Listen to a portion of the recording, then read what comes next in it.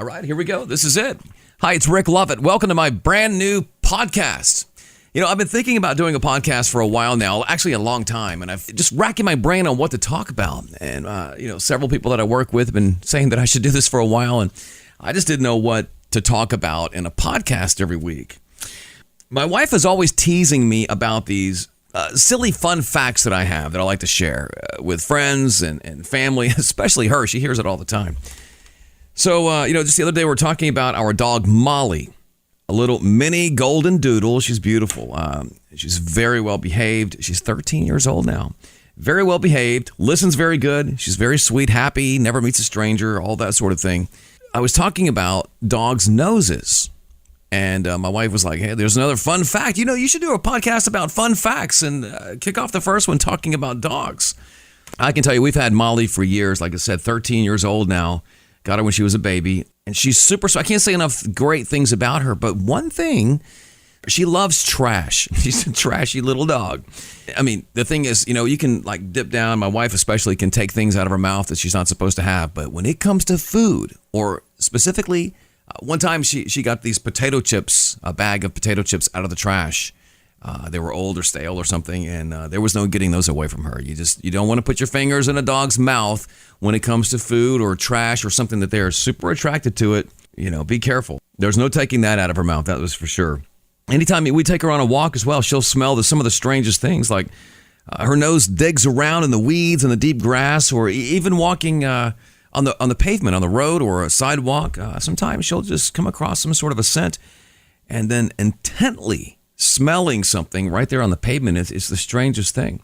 So it got me wondering, how much stronger is a dog's nose compared to humans? Well, the thing is, we have about 6 million olfactory receptors in a human nose. Dogs have up to 300 million olfactory receptors in their noses. The part of a dog's brain that is devoted to analyzing smells is about 40 times greater than a human's. They're all about sniffing and smelling. That's what dogs do.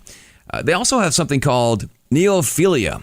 Neophilia is, they're attracted to new and interesting odors, always. And they always will be. They never actually smell something and then get bored with that smell. It's always new to them. So their noses are so powerful, they can detect substances at concentrations of 1 part per trillion. Try to wrap your head around this. A single drop of liquid, just think about that, 1 drop of something that would fill 20 Olympic-sized swimming pools, and they can detect it. That's mind-blowing. Now, I'm sure you've heard about dogs that have been trained to sniff out bombs, drugs, pursue suspects, and even find dead bodies. I'm sure you've also heard stories of how someone's dog seems to have known when their human was sick. They somehow can sense when a human needs the comfort from them, and they just have that incredible sense that something isn't right or normal. And more these days, they're being used to detect human disease, cancer, diabetes, tuberculosis, malaria, and now COVID. Just from smelling alone, they can sense that out because the human body secretes various hormones and scents, and dogs can be trained to sniff all that out. Their noses also function quite differently than our own. When we inhale, we smell and breathe through the same airways within our nose, right? That's how we work. Well, when dogs inhale, there's a fold of tissue just inside their nostrils that helps to separate these two functions. I mean, they can basically breathe in and out at the same time. When we exhale through our nose, we send the spent air the way it came in, forcing out any incoming odors. So we just block all those. When dogs exhale, the spent air exits through these little slits in the sides of their nose. Basically, the dog's nose has the ability to separate the air. They can breathe in and out at the same time. I mean, that's so cool. Really, with all that said, the point is dogs can sniff more or less continuously, just all the time. Something else that a dog's nose can do that we can't, they can actually wiggle their nostrils independently.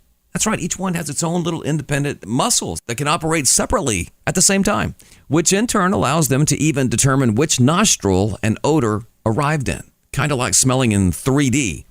That's one of the reasons we see dogs on these interesting scent weaves back and forth across an invisible trail, whether it's in the grass or on pavement or rocks or whatever.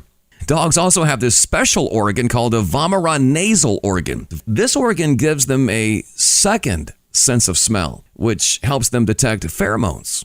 chemicals that animals release that affect other members of the same species, which plays an important role in reproduction and other aspects of canine physiology and behavior, such as how to survive. Yeah, dogs use their noses to assist with major life events, and they've been doing that since the beginning of time, so it's evolutionary.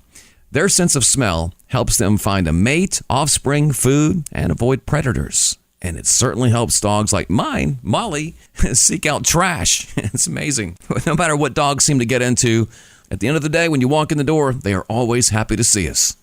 Next time you take your dog in to get checked up, or if you have to take them in for some reason, be sure you give the vet techs, the veterinarians, and the support staff there at the veterinary clinic an extra thank you, because there have been so many adoptions through COVID. They have been just overwhelmed. I also wanted to let you know that with the holidays coming up, you never know what your dog's going to get into. There are so many things that they should avoid, like chocolate for one, or xylitol, which you can find in chewing gum, and many other things. So I am going to post a list of things to try to watch. And listen, don't feed your dogs people food. I know you think that they want it and you're being nice, and they're going to eat it up. They're going to love it. They're going to seem like they love you for it. Even if they sit there and stare and just almost beg, it's the worst thing you can do for your dogs. If you truly care about them, feed them dog food, high-end dog food, if you really want to make sure that they're staying healthy, but just don't feed them table scraps. It's not good for them. Their bodies just can't process it. But they're like 2-year-olds. They're going to eat it. If you give it to them, they're going to chow down on it. So anyway, I'm going to post a list of things that you really should avoid your dogs getting into. And if they do get into that, make sure you rush them to your veterinarian. All right. So thank you very much for checking out my very first podcast. And this is episode 1, Rick's Fun Facts. Thank you so much, and I'll see you again next week.